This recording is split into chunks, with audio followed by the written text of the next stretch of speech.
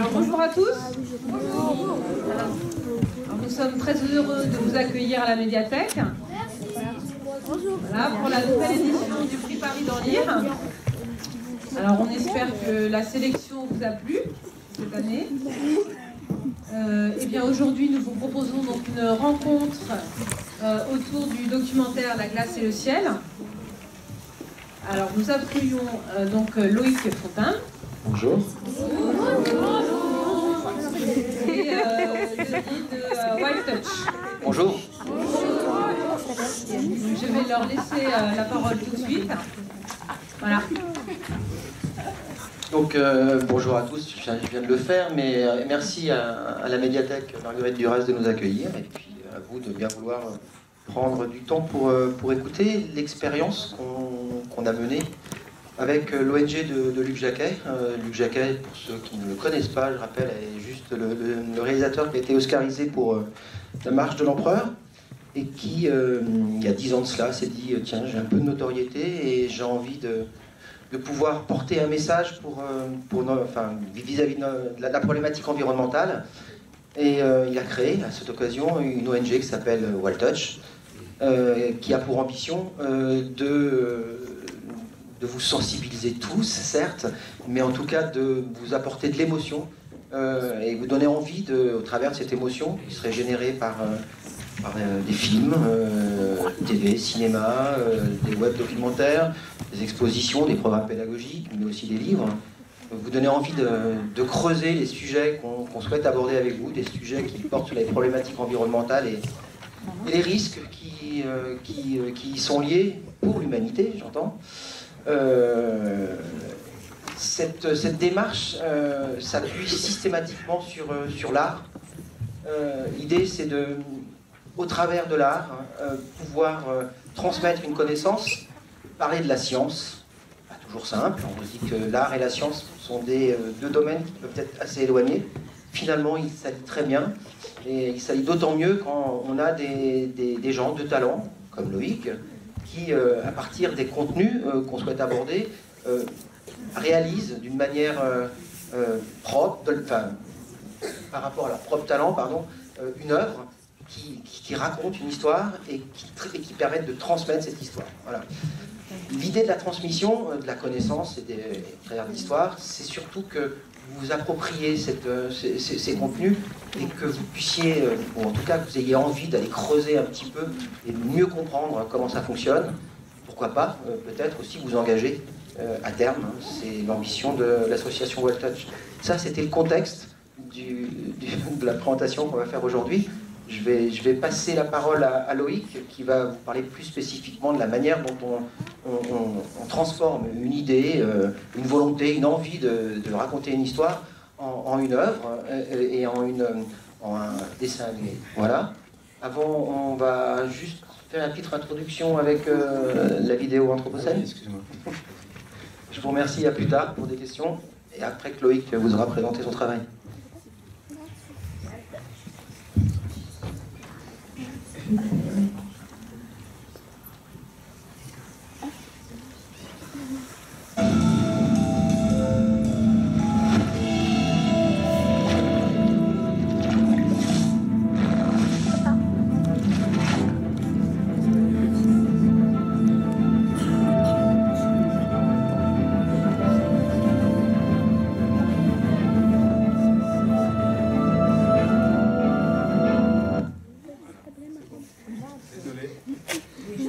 Il y avait plusieurs vidéos en même temps.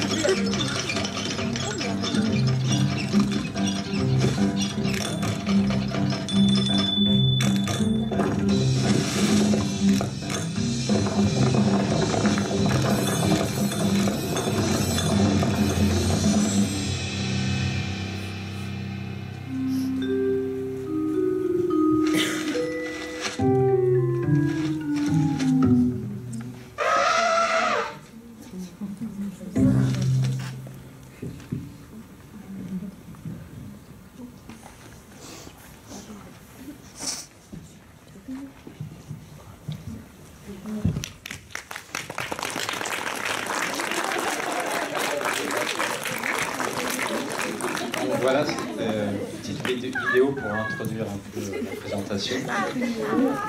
Cette petite vidéo, elle introduit un contenu sur du coup, la plateforme laglaceetleciel.com qui parle d'anthropocène, changement climatique. Et l'anthropocène, en gros, ce serait l'ère où l'homme change le climat.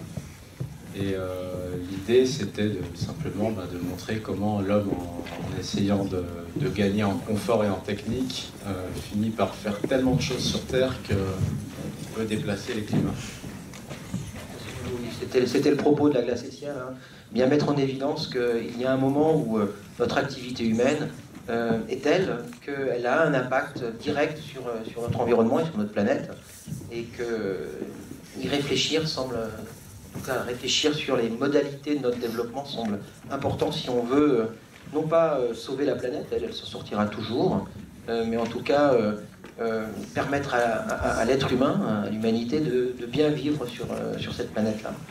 Et de vivre de manière confortable, mais quand je dis confortable, c'est dans un air et un environnement sain, aussi bien alimentairement parlant que d'un point de vue... tout court. Voilà. Donc là maintenant je vais vous parler plus du court-métrage Le secret des glaces. Je crois que certaines classes en ont vu des morceaux, d'autres non, d'autres ont tout vu.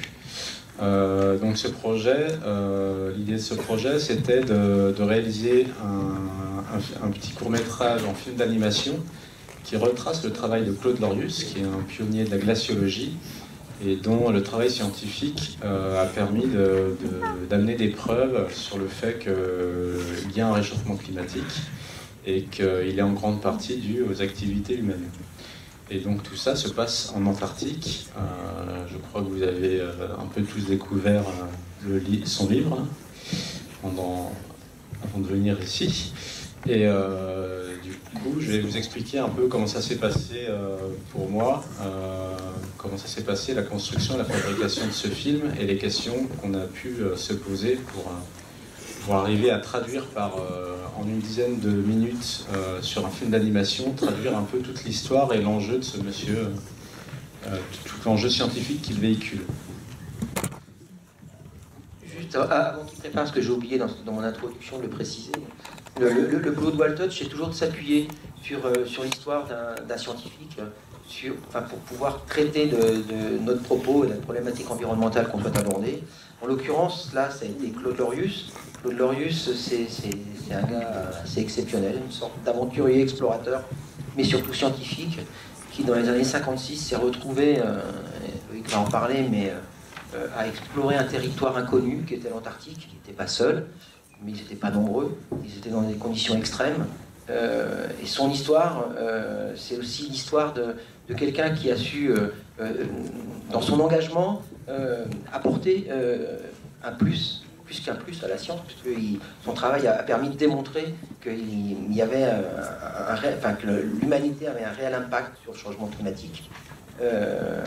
Et toute sa vie est une vie assez incroyable. On dit que c'est un pionnier, mais on peut dire aussi que c'est un aventurier. Voilà, le contexte reprécisé. Pour commencer, je vais vous remontrer le premier tiers du film, et après, je vais vous expliquer comment ça a été fabriqué, comment ça a été écrit, sur quels documents ou quelles bases on s'est appuyé pour le faire. Et puis, une fois que je vous aurai montré tout ça, on répondra tous les deux à vos questions.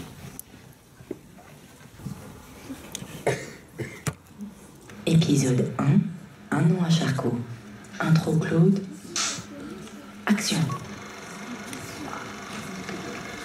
Je m'appelle Claude Lorius. Je suis un glaciologue. Pourquoi j'ai fait ça, finalement, j'en sais trop rien. Le premier départ à Charcot, j'arrive pas à comprendre. Je jouais au foot, tout marchait bien, il y avait des copines. Et tout d'un coup, je dis, bon, ben moi, je vais partir un an en Antarctique.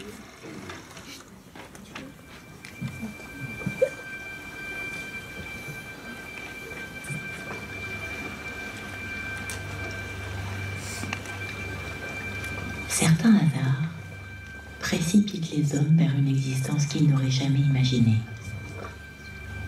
À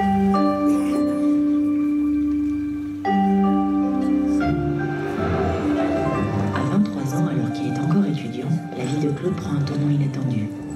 Par goût de l'aventure, il rejoint des pionniers de la science polaire. Direction l'Antarctique.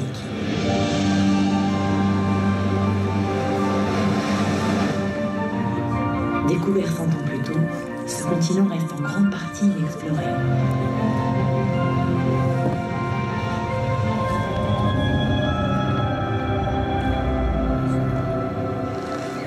Après 2 mois de navigation, l'Antarctique apparaît dans toute sa splendeur.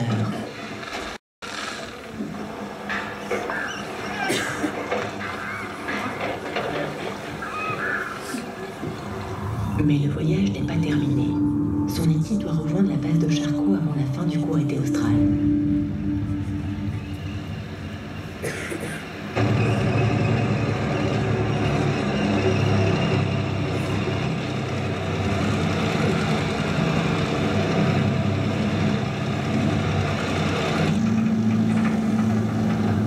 Le convoi repart au plus vite vers la côte.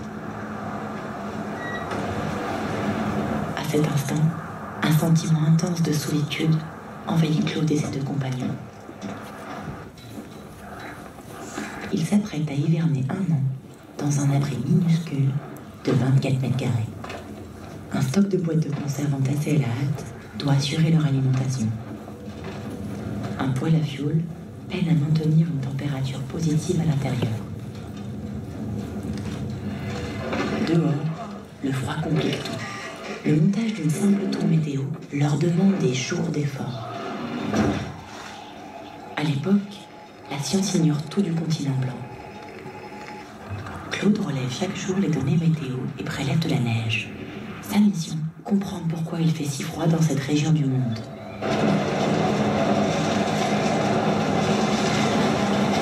Les 3 hommes passent le plus clair de leur temps à lutter contre le froid et les avaries. Faire de la science dans ces conditions relève de l'acharnement. L'obscurité s'installe pour 6 mois. Le moral baisse.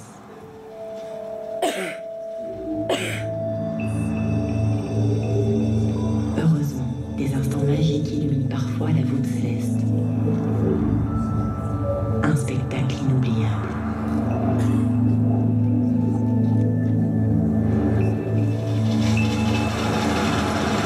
Un jour, l'éolienne tombe en panne.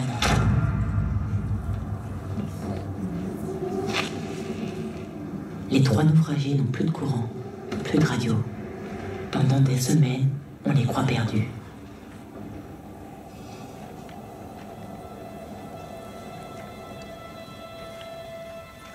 La fin de la mission approche. L'attente de la relève est interminable.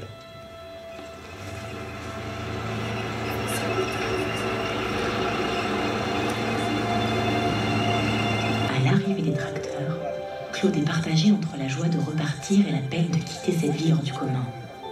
Ici, l'entraide et la solidarité subliment les rapports humains. Désormais épris de science et de grands espaces, Claude n'a qu'une idée en tête. Revenir au plus vite.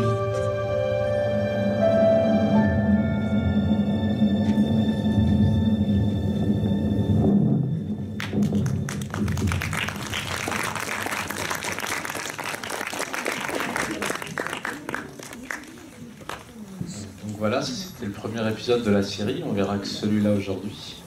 Maintenant, je vais essayer de vous expliquer un petit peu comment tout ça s'est fabriqué.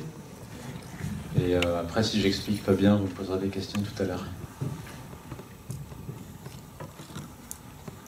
Donc ici, on a affaire à... C'est pas un film d'auteur, c'est une commande. Et en plus de ça, c'est pas une fiction, donc on peut pas écrire un peu ce qui me passe par la tête. Mais c'est un court-métrage documentaire. Donc, pour fabriquer ce film, j'ai dû m'appuyer sur des faits, sur des interviews, sur des écrits, et essayer de retransmettre de manière fidèle ce que ce monsieur, Claude Dorius, son équipe, sa discipline, ont fait là-bas entre 1956 et je crois que nous on s'est arrêté dans les années 80, enfin sur 30 ans. Et ce qui fait qu'il y avait déjà un gros travail de synthèse, d'information. Et que la grande question, c'était comment raconter toute cette histoire en 3 fois 4 minutes et qu'elle soit accessible à tous. Donc il y a eu un travail d'écriture que je n'ai pas mené tout seul. Il y avait des gens chez Welltouch, des scientifiques aussi qui après relisaient les textes et nous disaient si c'était juste, amenaient des précisions si c'était nécessaire. Donc on a commencé par écrire un scénario. Ici, là, j'ai un exemple de ce scénario. Et comme c'était un peu une écriture collective et que c'était une histoire qui devait qui devait participer à un message et s'inscrire dans le travail, dans le projet plus large de La glace et le ciel, ce scénario, il a été réécrit plusieurs fois jusqu'à ce qu'on arrive à une ébauche qui colle aux attentes, qui colle aux besoins de ce projet. Donc je ne sais pas si vous avez déjà lu des scénarios. C'est pas si loin que ça, que c'est pas si éloigné de l'écriture d'un roman quelque part. Ça ressemblerait plus à l'écriture d'une pièce de théâtre. On a un titre pour chaque séquence qui indique un peu qui sera dans cette séquence, où ça se situe, et puis et qui encadre une unité de temps. Et ensuite, à l'intérieur, il y a une description un peu de ce qui va se passer à l'image. Et puis, là, en l'occurrence, il n'y a pas de dialogue, mais il y a une voix off que vous avez entendue tout à l'heure. Là, dans le scénario, on voulait que ce soit Claude qui parle, et puis finalement, on a dû changer d'idée. Et c'est la voix de Sarah qui raconte, du coup, à la 3e personne le récit. Et du coup, pour chaque séquence, on a une petite description, ce qui se passe, les dialogues, les dates, ce qui va être affiché à l'écran. Voilà, mais c'est assez succinct. Donc une fois qu'on est d'accord sur tout ça, et qu'on a une histoire qui se tient, qui se déroule, qui a le bon rythme, et bien on se dit, bon, maintenant qu'on a ce scénario, il faut qu'on le transforme en film. Et c'est là que ça devient un peu plus compliqué. Donc là, devant vos yeux, il n'y avait que des mots, et maintenant, il faut arriver à imaginer comment on va mettre ça en image. Donc avant de fabriquer le film, on fait, en tout cas dans le cas de l'animation, on fait ce qu'on appelle un storyboard. Donc, le storyboard, c'est exactement ce scénario, mais mis en image. Donc, je vais vous montrer ça. Vous allez voir, c'est exactement le film que vous venez de voir, mais c'est la première étape.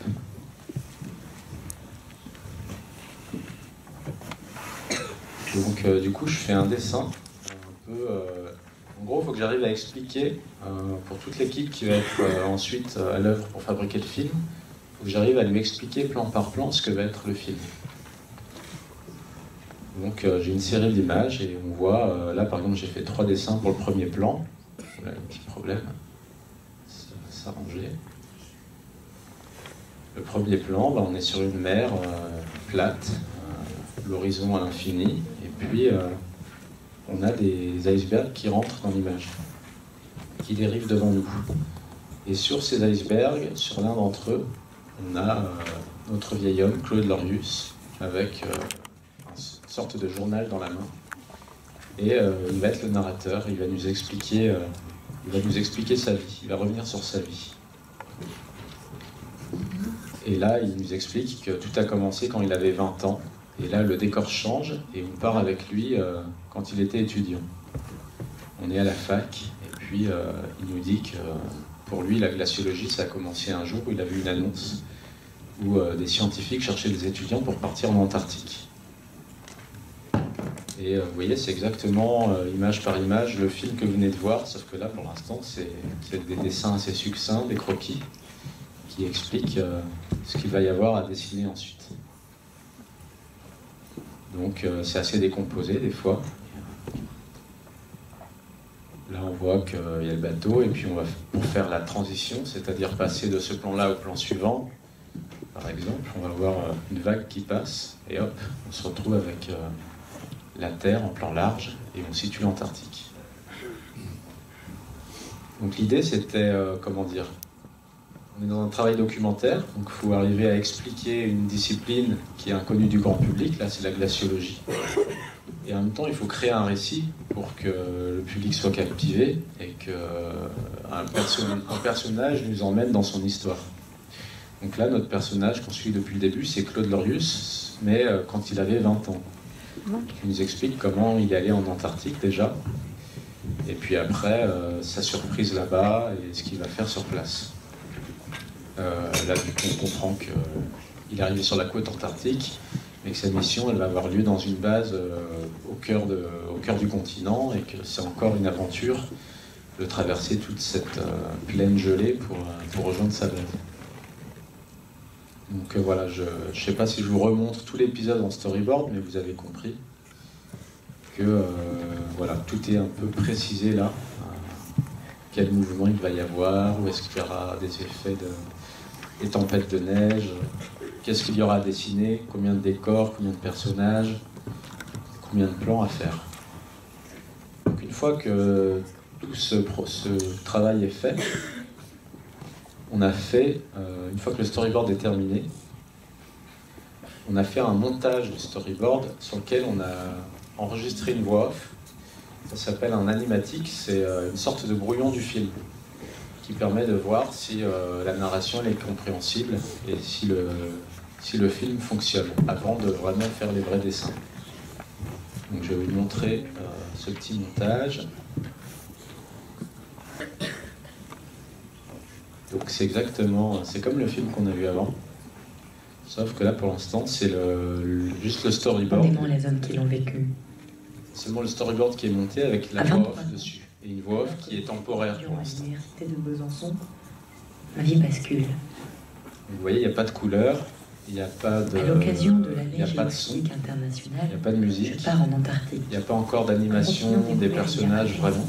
C'est encore vraiment un brouillon, c'est le brouillon d'un film. Presque rien.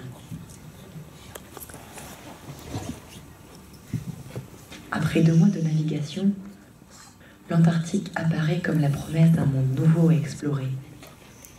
C'est comme si vous aviez fait votre storyboard, des petits dessins, puis vous les aviez pris en photo un par un, et puis vous aviez fait un petit montage vidéo.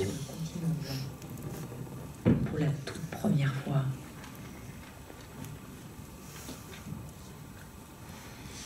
Le voyage est loin d'être terminé. Nous parcourons avec difficulté plus de 300 km pour rejoindre la petite base de Charcot.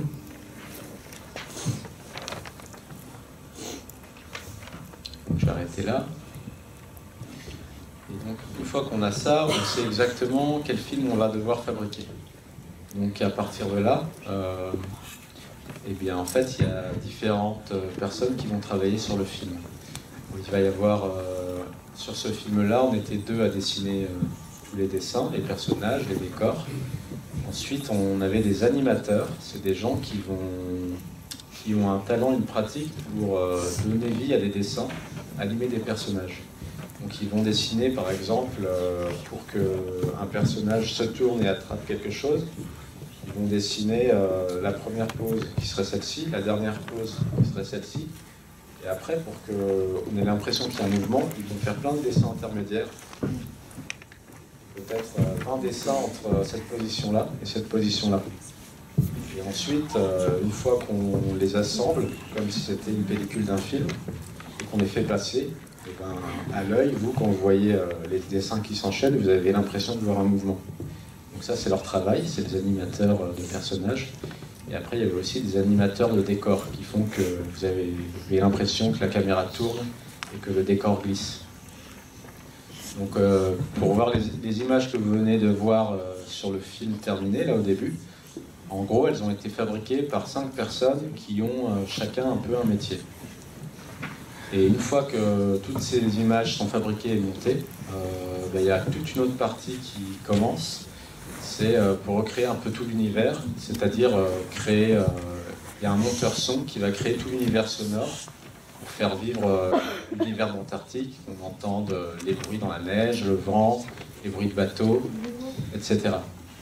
Et ensuite, on a aussi un compositeur, parce que vous avez entendu qu'il y a de la musique. Donc il y a un compositeur qui va créer une musique spécialement pour le film. Il y a aussi l'étalonnage, ça va être un équilibrage un peu des lumières et des couleurs, pour faire qu'au final, on a l'impression de voir vraiment un film qui se tient avec une unité, une narration, un rythme, et que vous ayez vraiment l'impression que l'objectif c'est d'arriver à ce qu'on parte avec Claude Lorius en voyant ces images, quoi. Qu'on a l'impression de découvrir l'Antarctique avec lui. Alors je vais vous montrer comment. Je vais vous montrer comment on fabrique les dessins ensuite, les peintures.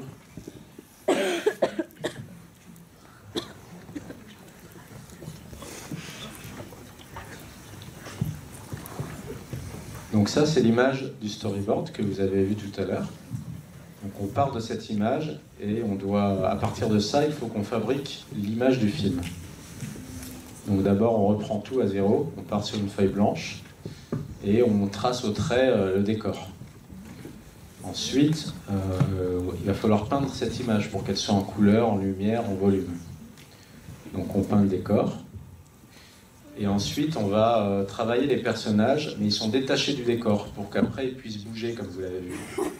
Donc par-dessus le décor, on va venir dessiner les personnages et on va redessiner plusieurs fois les personnages pour qu'ils bougent. Le décor restera fixe, mais on va redessiner plusieurs fois les personnages pour qu'ils bougent. Pareil ici, c'est un peu différent. Là, c'était surtout un décor qui bouge.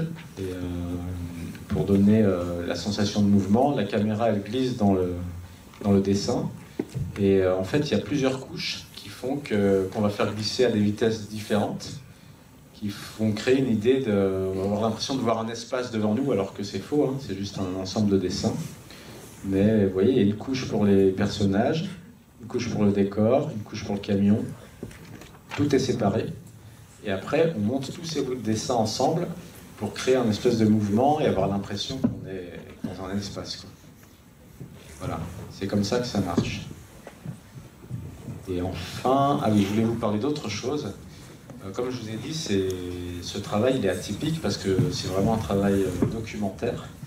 Et du coup, ce matin, quelqu'un m'a posé la question, d'où vient votre inspiration? Et sur un projet comme ça, il y a plusieurs pistes, enfin sources d'inspiration. La première, c'est de trouver l'univers graphique qui va être peut-être... moi, je me suis inspiré de certaines BD, comme celle d'Emmanuel Lepage, notamment, pour trouver un peu le rendu, un peu le dessin un peu léger, gratté, comme vous le voyez là. Et après, il y a aussi le côté documentaire. Et du coup, avec Wild Touch, je me suis appuyé sur beaucoup de photos que Claude Lorius lui-même a fait sur place, ou que d'autres expéditions ont fait sur place.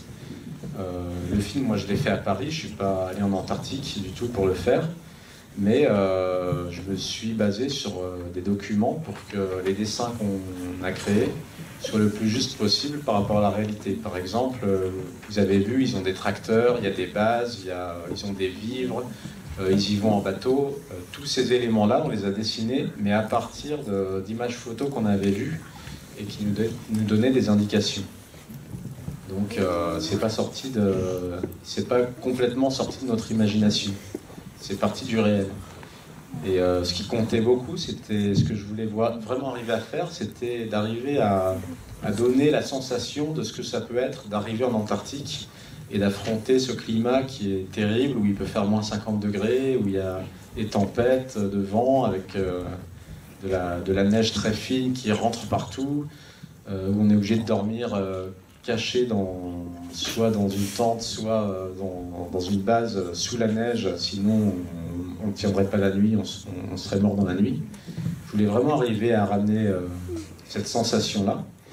Et du coup, pour arriver à ça, il faut d'abord vraiment s'imprégner des documents qui existent et après à trouver comment retranscrire ça avec des dessins.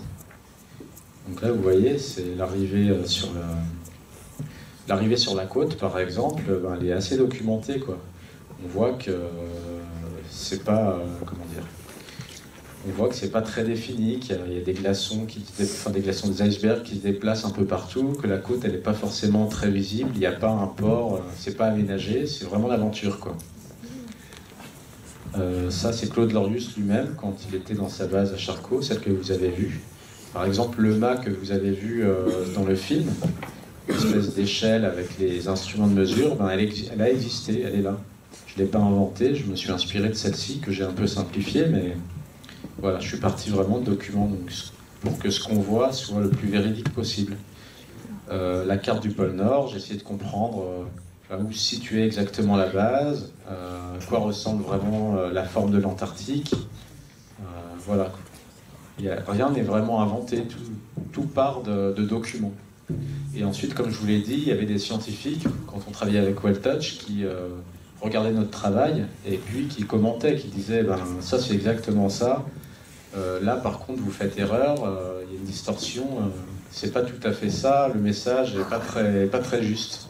Et du coup on retouchait ce qu'il fallait retoucher. Les tracteurs dont je vous parlais, ils sont là. On a essayé de les redessiner le plus justement possible. Et vous voyez, quand je vous parle des conditions climatiques, sur cette photo, on voit bien qu'il y a un froid terrible et qu'ils sont dans un désert de glace, quoi. Donc voilà, c'était tout ça qu'il fallait arriver à retranscrire dans un film d'animation. Et voilà, je vous montre tout ça pour que vous soyez bien conscients que l'imagination, elle ne vient pas de nulle part.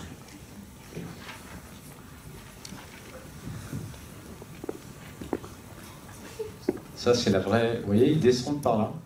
Ils descendent, et il y a une espèce de... Comment dire? Comme une grande citerne qui est dans la neige. Et ils habitent dans cette citerne pendant 1 an à 3. C'est ce qu'on voit dans le film d'animation. Et du coup, la vie... et ça, c'est Monsieur Lorius, aujourd'hui. Et ça, c'est Monsieur Lorius quand il avait 25 ans et qu'il est allé là-bas. Et là, vous voyez, il est à l'intérieur de la base. Et c'est pas plus grand qu'un studio, c'est tout petit. Et dehors, il n'y a rien, il y a juste un désert de glace. Et ils sont obligés d'y rester pendant 1 an.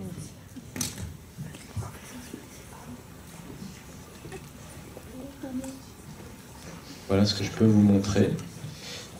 Ça, c'est une étape de test. C'est-à-dire qu'avant de commencer vraiment la fabrication du film, on s'est posé la question de comment donner vie à cet univers, comment l'animer, et à quoi devaient ressembler les images.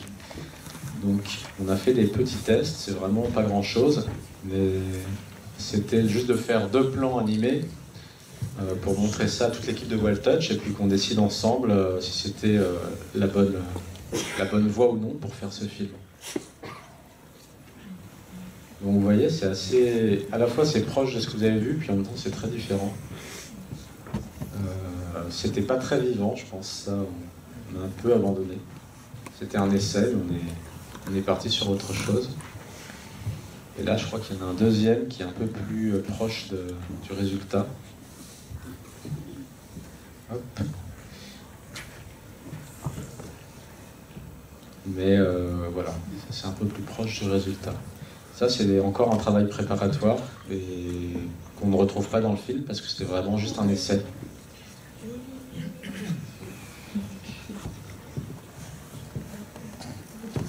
Voilà ce que je peux vous montrer pour l'instant. Je crois qu'on a fait le tour. Quelle heure est-il? Ouais, c'est parfait, on va pouvoir répondre aux questions. Et je vous remontrerai peut-être une vidéo plus tard en fonction des questions. Faire une question tranquillement. Et une fois qu'il y a une question posée, c'est pas la peine de rester avec le doigt levé. D'accord? Voilà.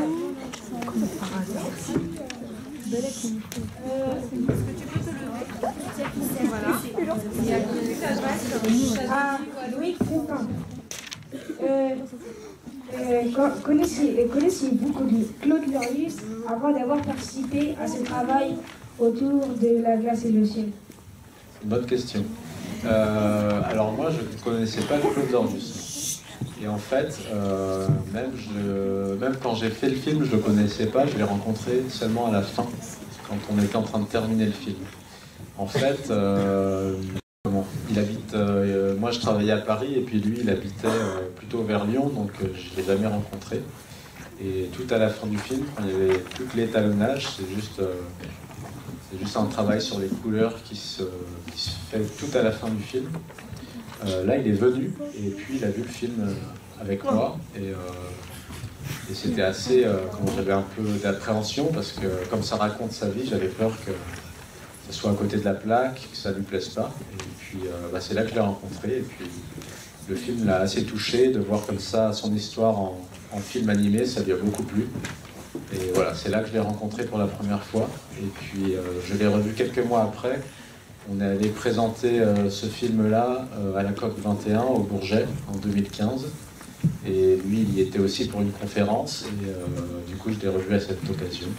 Voilà. Donc c'était important, en tout cas, je trouve qu'on se rencontre, quoi, que je puisse avoir son retour. Et puis peut-être que lui aussi mette un visage sur la personne qui avait fait ce court-métrage.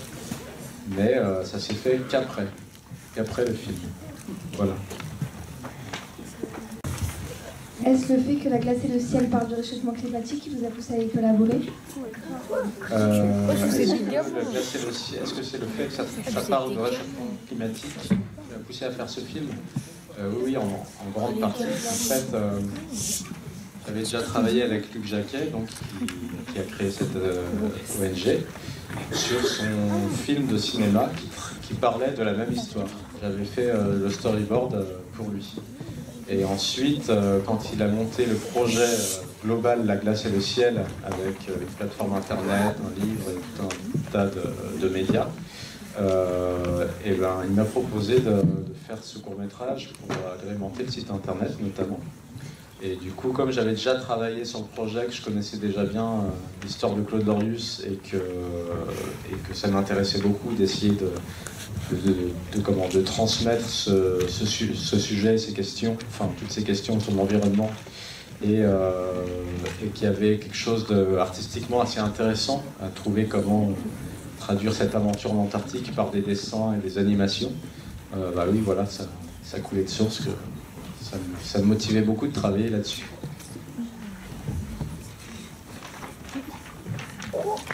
Votre participation au projet La glace et le ciel vous a rendu plus écolo ou au moins plus sensible à ces questions?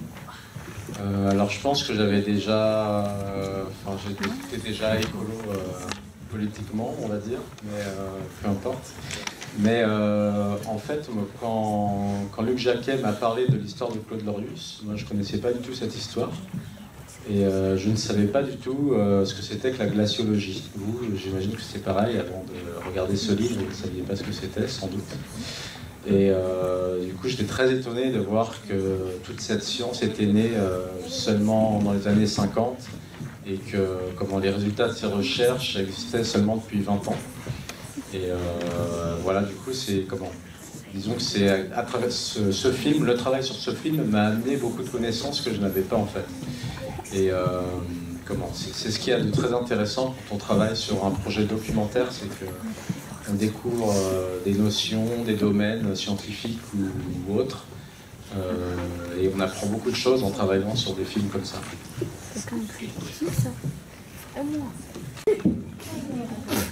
Loïc, Quentin, comment vous est venue l'envie de dessiner? Alors, comment vous est venue la... J'ai pas répondu à ça ce matin. Je sais pas, en tout cas, ça me passionne de dessiner. Je dessine depuis que je suis enfant, donc comme souvent beaucoup de monde. Après, comment dire, je sais pas si ça peut vraiment s'expliquer, mais ce qui est intéressant, c'est que dessiner, ça permet de, comment dire, ça peut permettre de mettre son imagination sur le papier, d'extérioriser son imaginaire et de créer des histoires, de rendre physique des notions, des idées ou des choses qu'on a en tête. Et on va dire que finalement c'est le processus de toute création, de toute discipline artistique. Ça pourrait être la même chose, j'aurais pu être, comment dire, ça pourrait être pareil si j'étais musicien, ça pourrait être pareil si j'étais chanteur, ça pourrait être pareil si j'étais écrivain ou auteur de livres. Après, mon médium, c'est le dessin. Mais après, je peux pas te dire pourquoi c'est le dessin. Est-ce que votre métier d'illustrateur vous permet de vivre correctement ou avez-vous un autre travail? C'est une bonne question. Oui, moi aujourd'hui c'est mon métier, dessiner, faire des storyboards surtout pour des films et ou réaliser des séquences ou des courts-métrages en animation. Après, je peux répondre plus précisément à ta question. C'est mon métier, mais j'ai pas un emploi fixe. Je travaille pas pour une société. Quand on fait ces métiers-là, on est freelance la plupart du temps. Et en fait, on est employé au projet. On va m'appeler pour, par exemple, là, Wild Touch m'a appelé pour faire ce court-métrage et j'ai travaillé avec eux pendant 3 mois. Et puis après, je suis parti faire autre chose ailleurs pour d'autres sociétés. Quand je fais un storyboard pour un film, des fois, je vais être appelé seulement 2 jours sur un film de publicité pour faire un storyboard. D'autres fois, je vais partir 15 jours pour quelques séquences sur un long métrage. Donc voilà, c'est vraiment mon métier, je gagne ma vie qu'avec ça. Voilà, c'est mon métier quoi. Mais après, j'ai pas un employeur fixe et les choses sont très variables d'une entreprise à l'autre.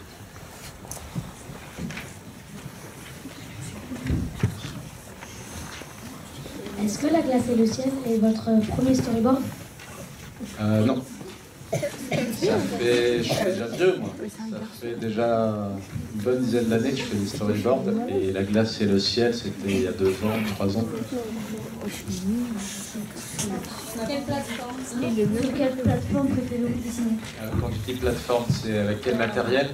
Oui, sur papier, Alors, par exemple, tout ce que vous avez vu là sur Le secret des glaces, tout est dessiné entièrement avec une tablette graphique sur un ordinateur.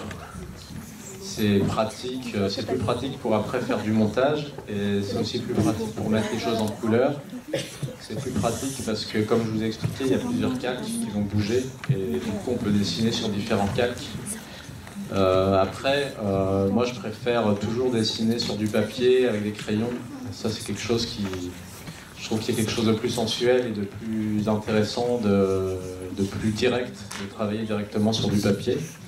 Mais c'est plus pour le plaisir. Mais dans mon métier, de plus en plus, je dessine plutôt sur une tablette écran. Ça s'appelle une Cintiq, je ne sais pas si vous connaissez ça. Voilà. Plus souvent, quand on est dans une production de film d'animation, on travaille plutôt sur des tablettes. Vos projets actuels? Alors, il y en a plusieurs. Je ne sais plus si je vous ai expliqué, mais moi je fais à la fois du storyboard et à la fois de la réalisation de films animés. Donc là tout de suite, je suis en train de préparer des séquences animées pour un documentaire historique qui va passer sur Arte à la fin de l'année. Ça c'est mon projet tout de suite. Et sinon, après en juin, je vais travailler sur un storyboard cette fois pour un long métrage qui sortira dans les salles dans 2 ans. Voilà. Entre ce que je fais tout de suite. Votre première réalisation avec Luc Jacquet? Alors, jusqu'ici, avec Luc Jacquet, je faisais des storyboards pour ces films. Donc, j'ai travaillé 2 fois avec lui, une fois pour un film qui s'appelait Il était une forêt, et qui se passait dans les forêts tropicales du monde. Et une deuxième fois pour son film de cinéma qui s'appelle La glace et le ciel. Et en fait, ce que j'ai expliqué tout à l'heure, c'est que le film d'animation que vous venez de voir, ça c'est ma première réalisation pour Luc Jacquet et pour Wild Touch, pour une cause environnementale. Et c'était la première fois en tout cas que je réalisais moi un film d'animation. Depuis quand faites-vous des storyboards?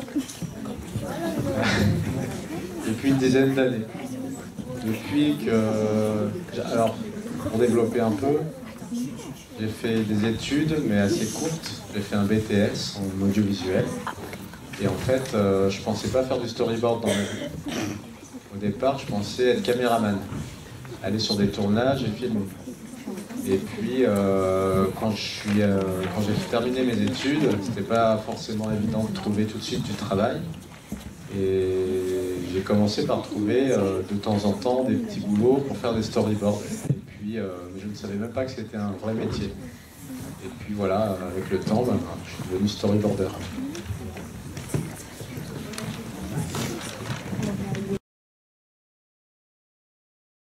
Pour le directeur de Wild Touch, Quel est votre parcours? C'est un peu long. J'ai toujours travaillé dans l'environnement, donc de fait, lorsque Luc est venu me chercher pour l'aider à transmettre le message, le plaidoyer qu'il voulait porter sur l'environnement, je me suis retrouvé dans mon milieu.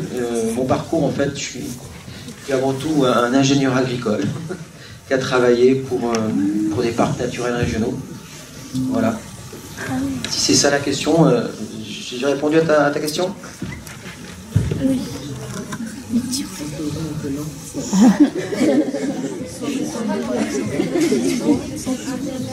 Ingénieur agricole, en fait, pour que ce soit bien clair. Vous voulez que j'explique le cadre ingénieur?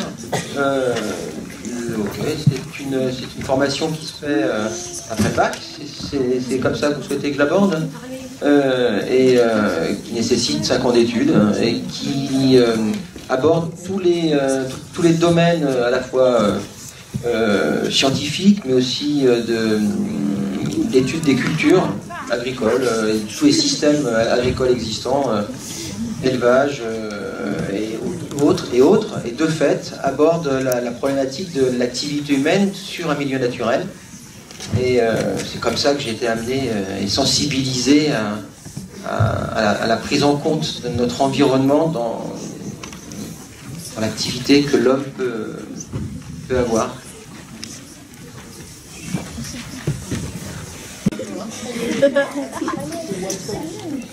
Comment êtes-vous arrivé à ce poste?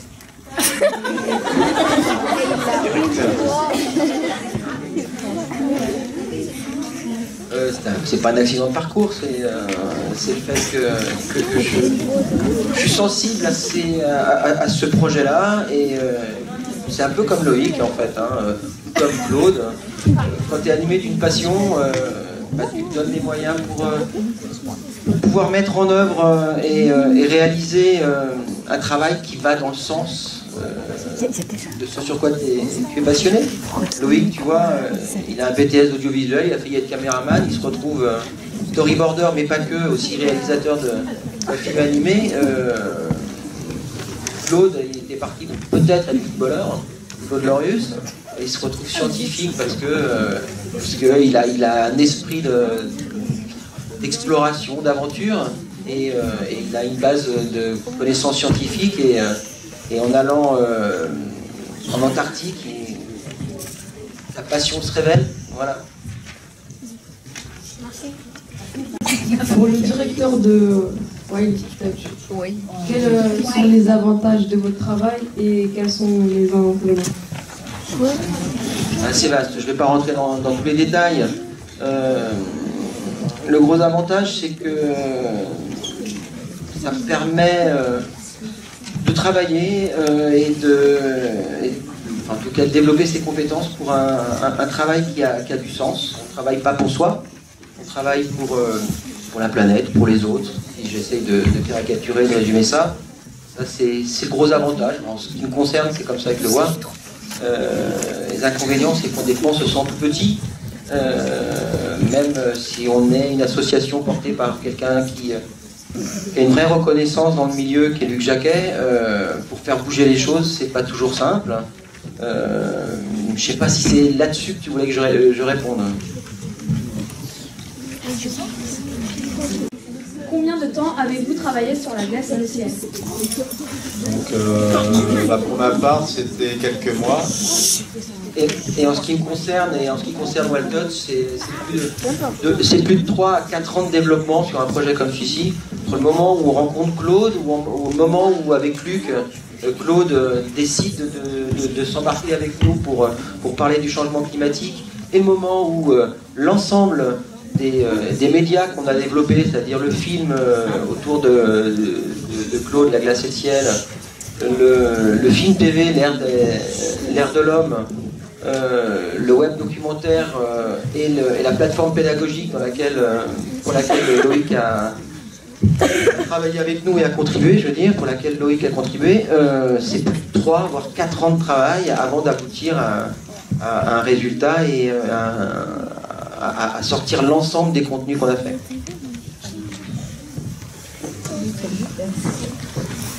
Est-ce que vous avez aimé travailler sur ce sujet en vous impliquant dans un travail de sensibilisation auprès des jeunes?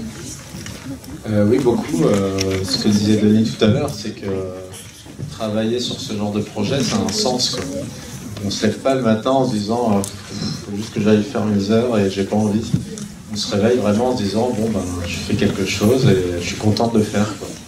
Donc ça ne veut pas dire que c'est facile, hein, c'est pas la même chose, mais ça veut dire qu'on y trouve vraiment un intérêt. Et travailler, pour moi, ce genre de projet comme le Secret des Glaces, c'est vraiment un genre de projet où tout est bon, quoi. Parce que je travaille en faisant du dessin, j'essaye de faire des choses que j'ai jamais encore faites.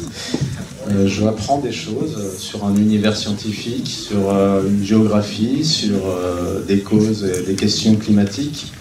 Et puis, je rencontre des gens qui ont des histoires, qui ont eu des histoires incroyables. Hein. C'est vraiment, Claude Dorius, c'est quand même pas n'importe qui. Rencontrer comme ça quelqu'un qui a risqué sa vie, qui a eu une intuition, qui était le premier à faire quelque chose dans des conditions très difficiles en Antarctique, ça inspire le respect, quoi. Et puis quand on voit quelqu'un comme ça, on se dit bon la seule chose que je peux faire, c'est au moins d'essayer de faire au mieux un court-métrage qui retranscrive sa vie, quoi. Donc on a envie de s'appliquer, on a envie de faire les choses bien. Et pour compléter ce que dit Loïc, et aller dans son sens, travailler auprès d'un jeune public, pour un jeune public comme vous, ça a du sens. Vous apportez une connaissance, vous donnez envie de comprendre comment fonctionne votre environnement. De fait, c'est motivant. Donc on y prend plaisir. Excusez-moi, je voulais vous demander, le directeur de Research, parce que c'est pas la première fois que je vois des produits avec plein de supports, BD, films, web documentaires, etc. Et je me demandais, il y a le voyage au Groenland qui est sorti aussi sous ce format avec plein de supports, et je me demandais quelle était l'ambition, si c'est pour toucher plein de publics différents, est-ce que c'est... Alors peut-être que je l'ai mal expliqué au tout début. WellTouch, c'est donc avant tout une ONG, c'est non lucratif, mais il n'empêche que lorsqu'on travaille avec le cinéma, on flirte avec la partie commerciale, mais l'ambition pour nous, c'est d'utiliser tous les médias possibles, tous les supports médiatiques possibles pour porter un message et transmettre une connaissance surtout sur des grandes problématiques environnementales. Donc effectivement, on a aussi bien un film cinéma, un film TV, des web documentaires, des plateformes web pédagogiques, des expositions, des événements et des livres, parce que plus on multiplie les supports médiatiques, et plus on a une chance de toucher un large public. Notre public cible, si on doit parler comme ça, c'est le grand public. Mais on se veut aussi didactique dans notre approche. Alors, il ne faut pas prendre ce terme. On a envie d'être pédagogique, de transmettre une connaissance. Donc, tous les supports sont bons. Et en plus, tous ces supports se complètent, logiquement, si on va au bout de l'exploration de l'univers WellTouch. Logiquement, on devrait en ressortir avec, en tout cas, le sentiment d'avoir appris quelque chose, et peut-être une envie d'aller plus loin que la simple compréhension, mais aussi l'action. Je ne sais pas si c'était clair pour vous. Oui, c'est pourquoi une ONG? Ah oui, pardon, excusez-moi. On utilise des sigles de temps en temps, on devrait surtout. C'est une organisation non gouvernementale, c'est-à-dire qu'on est indépendant. On ne dépend pas d'une institution ou d'un gouvernement. Pour résumer et aller court.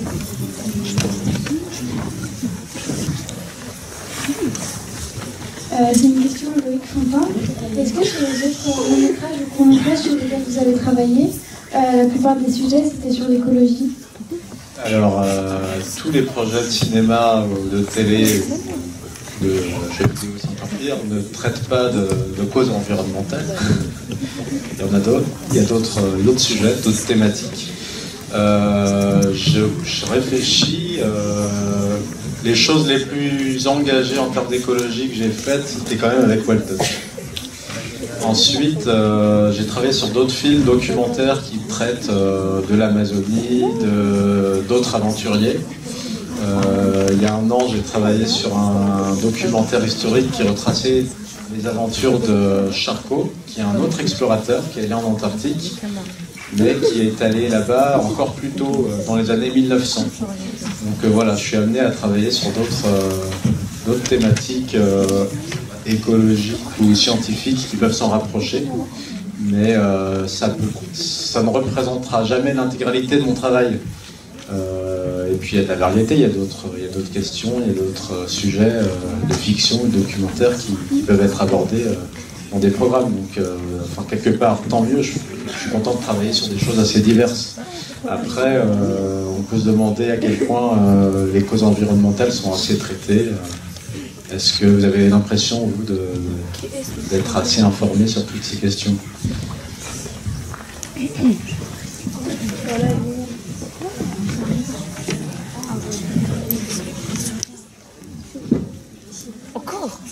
C'est quand qu'il va être inauguré le film de la glace et le ciel, et pourquoi?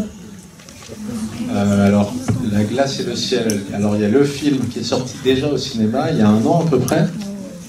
C'était le film documentaire de Luc Jacquet, de Glorious à travers les époques. Ensuite, le court-métrage que vous venez de voir, là, il est déjà sur le site internet de La glace et le ciel. Il fait partie d'un contenu pédagogique et il est sur ce site depuis à peu près pareil, 1 an et demi. Voilà, en fait, c'est des choses qui sont déjà passées, mais qui restent accessibles du coup sur internet. Pas d'autres dates maintenant. Quel autre ouvrage avez-vous collaboré? Ouvrage libre, tu veux dire? Alors, vous avez, je crois que vous avez tous un peu lu le livre La glace et le ciel avant de venir. Moi, il se trouve que dans ce livre, j'ai fait des illustrations.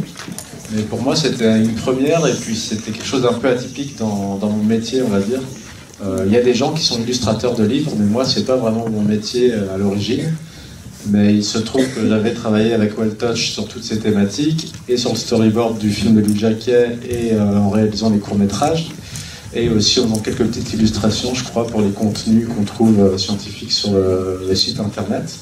Et du coup, quand ils ont décidé d'éditer un livre, ils m'ont demandé si je voulais, pour qu'il y ait une continuité graphique aussi, si je voulais illustrer le livre. Donc voilà, j'ai fait les illustrations de ce livre, mais j'ai pas d'autres illustrations de livres de prévues. Pour le directeur de Welltouch, est-ce que les carottes de glace de Vostok existent toujours?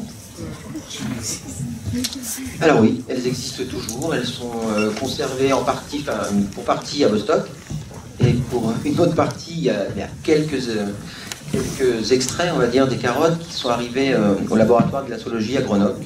Elles ont réellement existé, elles existent et elles sont conservées encore. Ces carottes, si vous avez bien suivi, si vous avez décortiqué l'ensemble des informations qu'on vous a transmises dans la plateforme pédagogique éducation.laglaceelciel.com, ces carottes, elles contiennent l'histoire du monde. En tout cas, elles permettent de retracer son environnement depuis peut-être des millions d'années, si on arrive à descendre suffisamment bas pour pouvoir extraire des petites bulles de gaz qui sont emprisonnées dans les glaces. Donc on les conserve précieusement, bien sûr. Alors j'ai découvert une chose avec Welltouch quand on faisait le livre, c'est que donc Claude Lorius, c'était un glaciologue, un des premiers, c'est le premier qui a réussi à analyser les bulles d'air dans ces carottes. Mais aujourd'hui, il y a toujours des gens en Antarctique qui creusent, qui ont des missions scientifiques, qui creusent la glace et qui l'analysent. Et ils sont en train de développer des technologies plus précises. Et là, il y a un monsieur qui s'appelle Jérôme Chaplat, qui est vraiment, qui fait le même métier que Claude Lorius, sauf qu'il est beaucoup plus jeune, c'est son successeur.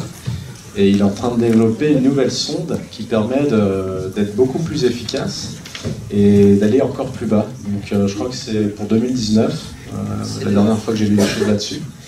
Et donc il va faire exactement comme Claude Lorius a fait il y a 30-40 ans. Sauf que lui, il va arriver avec une sonde où tous les appareils et ordinateurs sont à l'intérieur de la sonde. Il va emmener sa sonde le plus profond possible dans la glace et il va avoir des données encore plus précises et il espère aller, je crois, à 1 million d'années de recul sur le climat. L'objectif là, c'est il continue donc à creuser et analyser, enfin à extraire des carottes de glace. Et l'objectif là, c'est de remonter 1 million d'années en arrière et savoir effectivement quel était le climat, quel était l'environnement il y a 1 million d'années. Et ils vont le trouver, ils vont y arriver. Avez-vous aujourd'hui un rêve? Si oui, lequel? C'est pour moi la question. Oui. Le rêve, ce serait le même que celui de Denis. Ce serait que vraiment on arrive à maîtriser nos consommations, nos habitudes, notre manière de vivre pour qu'on vive bien dans un certain confort, tout en respectant la nature, la planète et l'avenir, quoi.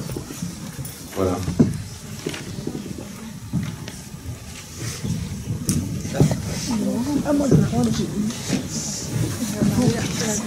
Vous avez le même rêve, j'imagine. Est-ce que vous allez recommencer à travailler sur des livres documentaires ou vous préférez travailler sur des storyboards? Je préfère travailler sur des storyboards ou des films, mais par contre j'aimerais bien et j'espère retravailler sur des projets ambitieux et impliqués dans l'environnement comme celui-là, dans les causes environnementales. L'éditeur Actes Sud a-t-il eu une part de responsabilité dans le choix des dessins du livre documentaire? Moi, à ma connaissance, non, mais j'ai pas vraiment la réponse. Non, parce que effectivement, bien sûr qu'à un moment ou à un autre, l'éditeur regarde et assure un suivi dans l'élaboration d'un livre. Mais en l'occurrence, là, on est dans une démarche qui se veut un peu philanthropique sur le livre. Et de fait, ils ont fait confiance à Luc. Et la construction de la narration et l'élaboration du livre s'est faite en interne entre Luc et son écrivain, Et en plus, la plupart des contenus, je pense, on peut les retrouver sur la plateforme La Glace et le Ciel gratuitement. Donc l'enjeu, il n'était pas, je pense qu'il n'était pas vraiment là. Claude Russe, a suggéré des modifications sur le personnage qui n'aurait pas été conforme avec la réalité. Alors, Claude Lorius ne m'a jamais demandé de modifier des choses. Comme je l'ai dit, il a vu le film, on lui a montré le film qu'on était en train de le finir pour quand même avoir son agrément, on va dire. Enfin, au moins lui, il l'a vu avant tout le monde. Il m'a rien demandé du tout. Par contre, comme je vous l'ai expliqué, on a montré toutes nos images, et tous les plans et toutes les étapes du film à un comité pédagogique et à un comité scientifique. Et eux, ils nous ont demandé parfois des changements. C'était pas du tout une histoire de censure, c'était, comme Denis a expliqué, tous ces films, ces vidéos, ces contenus, ces livres, ils sont faits pour arriver à éclairer, on va dire, à expliquer des choses qui des fois sont scientifiques et compliquées au plus grand monde. Et des fois, nous-mêmes, moi je suis pas scientifique, donc quand je fais un film sur la science, je peux me tromper. Donc on a eu des rectifications, mais c'était pour être plus juste, quoi. Seulement ça. Et pour compléter ça, Claude a été associé dès le départ à ce projet. Donc, en fait, l'élaboration même, le contenu, la narration de l'ensemble du projet La Glace et le Ciel, il en a eu connaissance très tôt. Après, on était plus dans la mise en œuvre et la finalisation, donc c'était déjà cadré au départ. Louis Fontaine, avez-vous fait les beaux-arts pour devenir illustrateur? Alors non. Non. Par contre, on m'a posé la question ce matin. Le dessin, c'est une passion, mais c'est aussi quelque chose qui s'apprend. Personne ne peut être dessinateur, être très bon dessinateur s'il n'a pas envie de dessiner, mais il ne peut pas plus s'il n'a pas appris les méthodes, les cours. Donc moi j'ai pris des cours de dessin. J'apprends toujours, aujourd'hui, même quand j'ai un nouveau projet, j'apprends encore à dessiner quelque part. Et c'est un peu comme c'est quand même très rare qu'un musicien devienne très bon musicien sans avoir appris le solfège et sans s'être entraîné beaucoup, quoi. Donc le dessin, c'est un peu pareil. Sur quel projet travaillez-vous en ce moment? Aimeriez-vous faire un autre projet avec Luc Jacquet? Alors, quels projets je fais en ce moment, j'avais déjà répondu. Je travaille sur des séquences animées sur un documentaire historique pour Arte. Et oui, j'aimerais beaucoup retravailler avec Luc Jacquet. Après, c'est comment? Quand Luc Jacquet ou n'importe quel cinéaste fait un film, c'est des projets à long terme. Ça prend plusieurs années de faire un film, entre le moment où on a l'idée, le moment où on l'écrit, le moment où on cherche les financements, le moment où on le tourne, le moment où on le termine, on fait le montage et il y a la sortie du film. Tout ça, ça prend au moins 3 ans. Et donc là, Luc Jacquet, il vient de sortir un film en février, mais qui ne nécessitait pas de storyboard, donc j'ai pas travaillé avec lui. Et j'imagine qu'il doit commencer à avoir des idées pour un film prochain, mais pour l'instant il ne m'a pas appelé. Et de toute façon, c'est un processus qui est très long, donc j'espère retravailler avec lui. Mais ça sera sans doute pas cette année. Non, mais la caméra est très belle. Je l'admire. Ben, je crois que c'est bon, du coup. Je sais que vous avez encore des questions, mais on va arrêter là. Ah oui. Des questions, En tout cas, vos questions étaient très intéressantes. Merci. Très pertinente. Juste pour conclure, moi, je vais vous dire qu'une chose, c'est que Luc, lorsqu'il a créé son ONG, c'était aussi pour donner la parole et l'occasion à de nouveaux talents de s'exprimer. Loïc a été un de ceux-là. D'ailleurs, Le Secret des Glaces et ses films animés ont été récompensés, ont eu un certain nombre de récompenses par ses pairs. Bref, je veux dire que c'était une vraie réussite.